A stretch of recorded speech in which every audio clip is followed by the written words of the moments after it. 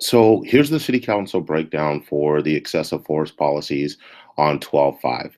Now, the first thing that happens is Larry Carr spoke to the fact that Steve Hansen made the recommendations that city council adopt the Black Lives Matters recommendation for the excessive police force. And with all due respect, if this is true, what I recall about what took place, about how these recommendations were placed on the table, were really due to the hard work of Tanya and Black Lives Matters, not only making the recommendations, but also going to Berkeley to explore the civilian-led police oversight commissions. There was a broad network of community members who presented the final request for civilian-led police oversight commission, which ultimately the city council failed to adopt. Here's the reality of the situation as concerning the police that were adopted by Sacramento and the scores that we have that are currently taking place. The first thing is that the civilian-led oversight commission was not granted. Instead, a civilian was placed on the police commission, and this young black man was illegally detained on the light rail just weeks after being adopted or appointed onto the council just for being black near a crime. Now, this was reported on the local news after the incident happened, and no action was taken by the police or city council surrounding this issue. Secondly, a longstanding member of the Police Oversight Commission stepped down from the commission after the Joseph Mann shooting, and the recommendations that was accepted by council, because they didn't believe that the recommendations that were accepted by council allowed for the police commission to have the Police Oversight Commission to have enough oversight, as it was requested by the community. The city council never responded to this issue about the current things that were put in place for oversight. The Police Oversight Commission does not have the authority to address the issue, such as the civilian member who was placed on the commission and was illegally detained. They don't have the authority to investigate those types of things that happen, and that is the reason why the longstanding member of the Police Oversight Commission actually stepped down, is because there was no oversight. It was just complete window dressing because they have no authority to be able to do anything. Now, the issue is when longstanding internal members of the Police Oversight Commission start to step down because they feel that the oversight is not doing the community justice.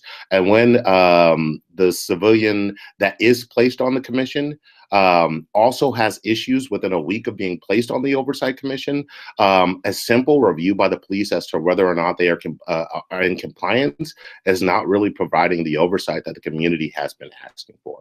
The next thing is the CIT mental health training that the police chief is touting as the achievement that makes Sacramento PD one of the most forward-thinking departments, also has some serious issues. Just last week at the city council meeting, the person who was responsible for developing and delivering the CIT training that makes the department so forward-thinking. And with all due respect, one of the recommendations that Councilmember Carr states that the council adopted off of Councilmember Hansen's suggestions of Black Lives Matters recommendations did not meet the standards that were outlined in that document. In fact, just last week, Black Lives Matters returned to the council with the person who developed training, who informed the community that key components of this training were not included in the training, including visiting a mental health facility, as well as many other issues surrounding the training. The issue is that this was not an outside person speaking about the training. This was an internal person who was responsible for developing the training that was addressing her concerns surrounding the inadequacy of the training that the police received.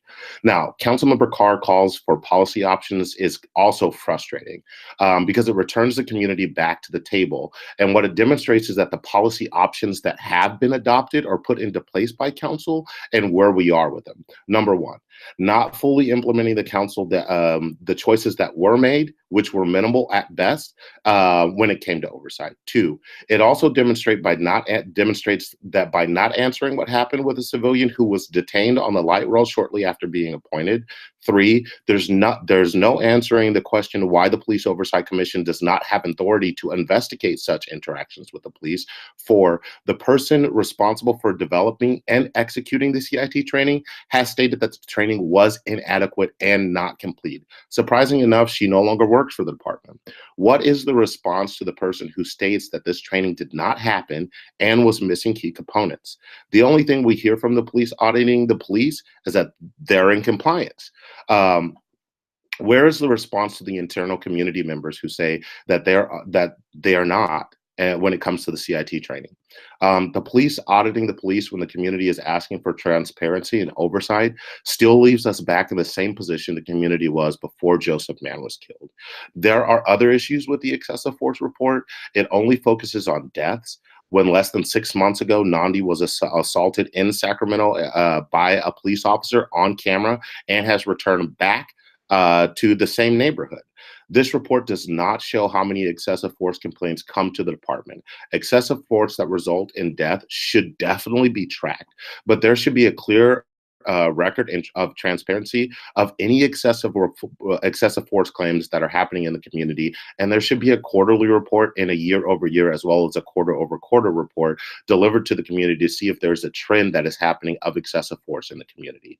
Since there's no real oversight to investigate excessive force in the police force, delivering this information to the city council gives the council an ability to see the trend of excessive force that is happening in the community, and hopefully leads to what the community is asking for, which is a civilian-led oversight commission that was recommended by Black Lives Matter in the first place, who has the authority to investigate these issues. At this time, no one has the authority to investigate excessive force of the police department. They investigate themselves. They say they're in compliance based off of the training that takes place, and that was the original issue as to why the request of oversight with authority was requested in the first place. Lastly, it continues to be an issue when Councilmember Carr and other members of the and others address the community and say that there were people who were in the chambers who were upset. So let's just be clear about it. The community came to the city council before Joseph Mann was killed. Okay, they came to city council before Joseph Mann was killed. We wanted to make sure that there was oversight and that Sacramento did not join the national trend. Black Lives Matter did the legwork and presented to the council the active best practices of police oversight commissions that were happening in the state of California before Joseph Mann was killed. After the council failed to take action on these recommendations or decided to take the most minimalist actions based off of these recommendations, and only after Joseph Mann was killed did the community come back and was upset about the fact that what was placed on the table well before Joseph Mann's death wasn't enacted and wasn't taken into consideration. I just want to also remind folks, as we continue to see folks talking about why people are upset, that at that meeting after Joseph Mann was killed, and we discussed how the recommendations of the council did not take place. The council walked out on the community during that meeting. They walked out, and another member of the council started to explain how we needed to behave more civilly when we engaged with the council, and how we had to make sure that we tailored our emotions when a member of our community was killed. When a member of our community was killed, and we had already delivered these requested policy options to the council way before Sacramento joined the national trend. The issue is this: there is still no transparency. The police are still auditing themselves and saying they are doing a good job. The recommendation that the council requested have not been completed, and this is coming from internal sources who developed and were responsible for implementing the change, the training. The thing is this an issue that there is something wrong with the city council structure, that requests that are being made by the city council are not being completed by the police department? And if that's the case, then that discussion needs to be had, and there needs to be something done about it at the council level. The community has provided the council with policy options. The ones that the council chose have failed to be executed. The question is, who's going to oversee that these recommendations are getting done, and what level of accountability at the city level happens when it fails to be executed? These answers rely on the council to admit that what has been ordered was not complied with, which only highlights the original problem. Who oversees the police and ensures that the requests of the community are carried out? Because even the requests for changes and oversight from the city council have not been complied with. And Mr. Carr, what do we do when the city requests something of the police and they fail to comply? No amount of more policy options that we suggest will change a failure of execution to comply from the department, and the police overseeing themselves is not the transparency that the community asks for.